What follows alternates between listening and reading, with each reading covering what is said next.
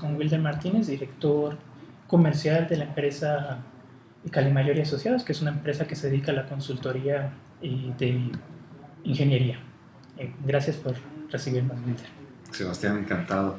Tú sabes que es un gusto y pues aquí estamos. Bienvenido a Calimayor. Sí, efectivamente hacemos consultoría en transporte. Somos 650 ingenieros aproximadamente que desarrollamos estudios en todas las áreas de planeación, de ingeniería, de supervisión de construcción para temas relacionados con transporte, con carreteras, con ferrocarriles, con transporte aéreo, marítimo. Un tema muy interesante. Sí, muy interesante. Y sobre todo que, bueno, ahorita queremos hablar un poco de la parte ética de cómo funciona o cómo se ve la ética en la empresa, ¿no? Entonces, hay un concepto que se llama el desentendimiento moral y es básicamente la gente cuando decide o no decide actuar en circunstancias que pueden ser éticas, no éticas o moralmente no adecuadas o injustas, ¿no? Entonces quería preguntarte, hay ciertos resortes, por así llamarlos, que desatan esa toma de decisiones de cuándo actuar y cuándo no actuar. Te voy a dar algunos ejemplos y tú me dices pues cuáles crees que aplican a la empresa, ¿sí? Okay. El primero es la justificación moral, es decidir si actuar si se crea un bien mayor o si cuando tu acción no crea un bien mayor o un bien, pues no actúas, ¿no? Aunque lo que estás viendo sea inético, decides no actuar porque pues, crees que no va a generar un bien mayor, ¿sí? Okay. La otra es un etiquetado eufemístico, que es minimizar la acción. O sea, tú ves algo y dices, no es tan grave, ¿sí?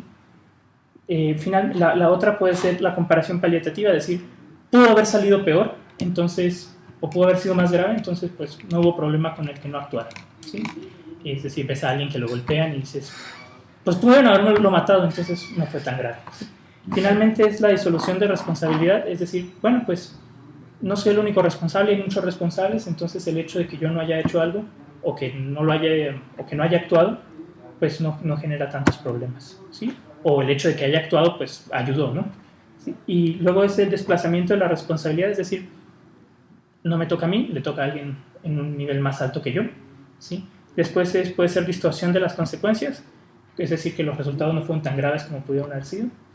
Luego, deshumanización de las víctimas, o sea, tú ves que alguien lo golpean y dicen, se lo merece, ¿sí?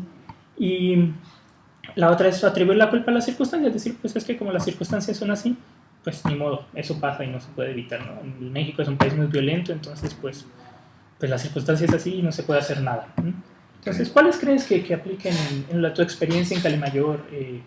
Sebastián, yo creo que muchos de los que acabas de mencionar son aplicables, digamos, pueden pasar, pero por ejemplo, tú mencionas uno, el primero es el de justificación moral cuando hablas de un bien mayor. Hay un tema interesante en Calimayor. En Calimayor somos una empresa donde trabaja por áreas. Técnicamente hay áreas muy definidas y en ocasiones algunas áreas tienen mucho trabajo, pero en ocasiones algunas de esas áreas no tienen trabajo. Entonces, por ejemplo, para Calimayor es importante, o lo más importante, que tiene su gente. Entonces, ¿qué pasa mañana cuando un área no tiene trabajo y se presenta una oportunidad? Quizás si tenemos nosotros que tomar una decisión, los directivos tenemos que pensar en que tenemos que sacrificar un poco los márgenes de utilidad para poder tener a esta gente trabajando aquí en nuestra empresa. Pues yo creo que se toma una decisión, al final se dice, oye, entremos a este proyecto o coticemos tal proyecto independiente que no tengamos toda la utilidad que nosotros esperaríamos. Pues básicamente porque queremos, uno, mantener a la gente y dos, porque consideramos que no es solamente las 30, 40, 50 personas que trabajan en esa área, sino que al final detrás de esas 50 personas hay 50 familias que también para nosotros es muy importante.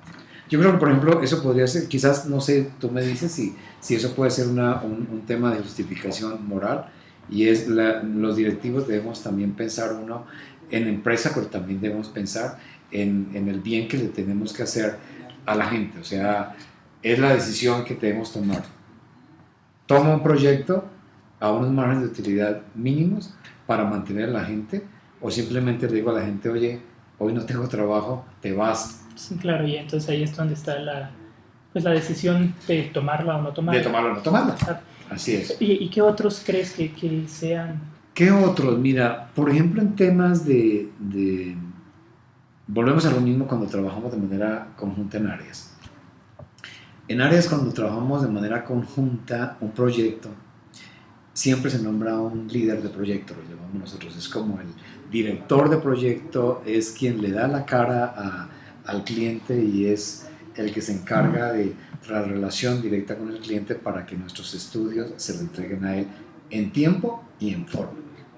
El tema es que cuando se define siempre un programa de trabajo de manera interna y de manera externa con el cliente, en ocasiones algunas áreas no entregan sus productos a tiempo o las entregan antes de la fecha de entrega al cliente, pero se desentienden de que con su información hay que hacer un reproceso adicional.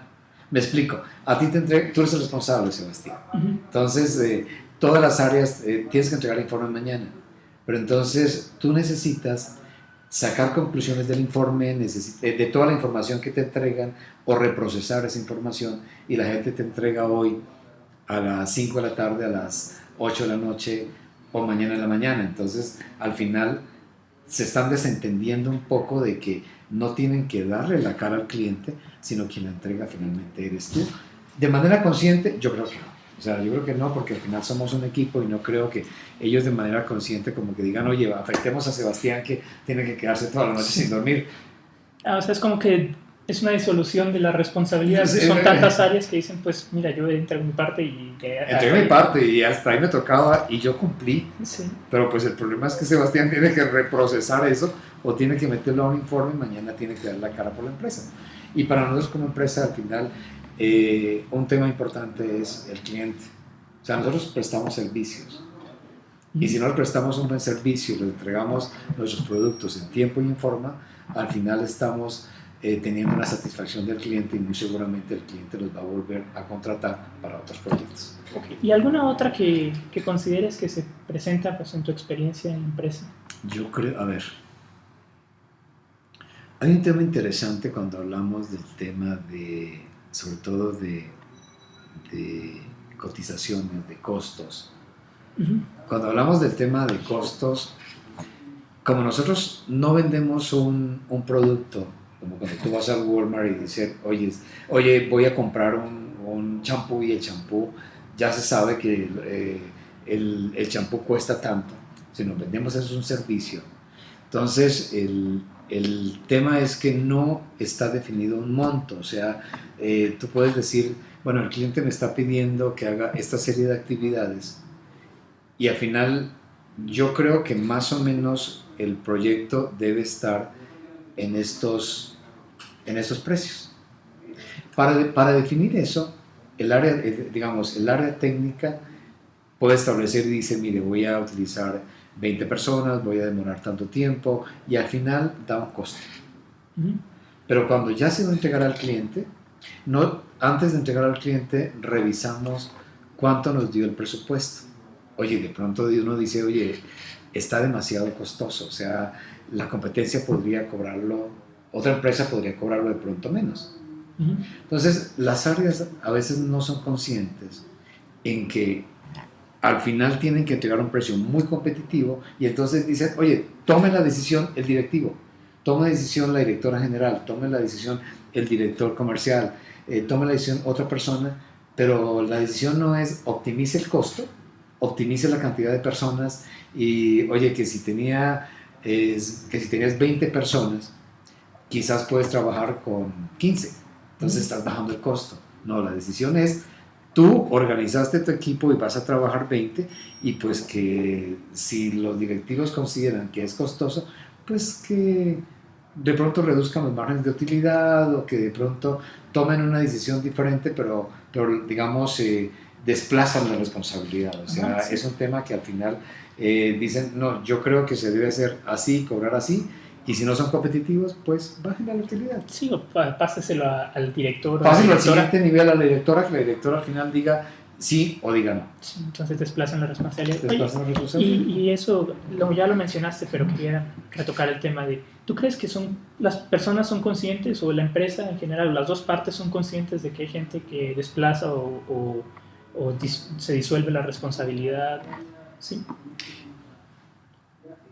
Yo creo que son conscientes los directivos, ya cuando se toman, los que tienen que tomar esa decisión y dicen, oye, pero me están votando, o sea, no estás optimizando los costos de empresa, sino lo que estás diciendo es el ideal de tiempos de la gente es tanto y el costo es este, entonces yo como directivo tomo las decisiones. O sea, yo soy consciente de eso, pero quizás la gente no está tan consciente de que lo que tiene que hacer es totalmente un análisis detallado y decir, oye, es que, por ejemplo, económicamente el año entrante vemos que no va a haber un potencial de ventas, entonces vamos desde ya a optimizar costos y a mirar cómo somos más competitivos en el mercado. No, ellos quizás no son conscientes de eso, no se sensibilizan y dicen, no, pero lo ideal es coticemos tanto y es el ideal, pero no creo que sean totalmente conscientes de eso. Okay. ¿Y cómo afecta estas tres resortes que ya mencionamos, la justificación moral, la disolución de la responsabilidad y el desplazamiento de la responsabilidad a la empresa en general?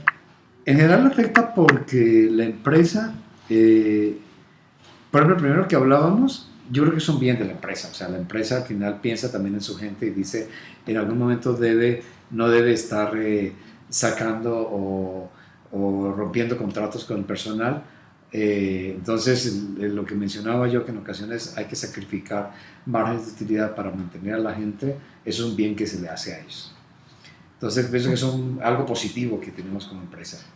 Lo otro de la disolución de responsabilidad o el desplazamiento de la responsabilidad es algo que al final afecta porque son tiempos, si algo que tenía que hacerse en un día, quizás por pedir autorizaciones y por pedir opiniones y por revisar nuevamente costos, se pierden tiempos. Y si por último no revisamos y todo eso, se pierden oportunidades de trabajo. Entonces al final, si no revisamos muy bien un presupuesto y mandamos un precio no competitivo a un cliente, pues no nos van a contratar. Sí. Entonces yo creo que sí va a afectar al final a la empresa. Sí, además de que también si no le entregan un contrato a tiempo, porque... Si no entregamos un informe a tiempo, nos van a afectar, digamos, sí. El cliente no nos va a ver a venir a nosotros. Sí, entonces también afecta directamente. También afecta directamente. ¿Y cuáles crees que sean metodologías o caminos para, pues, evitar este desentendimiento moral en estos dos casos, sobre todo? Yo creo que quizás no hay como una A, B, C, primero, segundo, tercero, cuarto, pero sería muy interesante que a la gente la comprometiéramos un poco más con la empresa, que tuviera más identidad, que pensaran no como un empleado aislado, sino que al final diga, es que yo soy la empresa y soy parte de ella y me interesa que la empresa quede bien, me interesa que su imagen esté siempre limpia, me interesa que mañana tenga más contratos porque al final me está dando a mí ese trabajo siempre. Yo creo que es como compromiso, okay. Es como hacerlos más parte de la empresa, sí. O sea, que ellos se arraiguen mucho más. Parar de que se sientan solo como empleados que hacen un trabajo y lo entregan, sino alguien más. Que se sientan como un grupo, como que son parte de la empresa. Okay.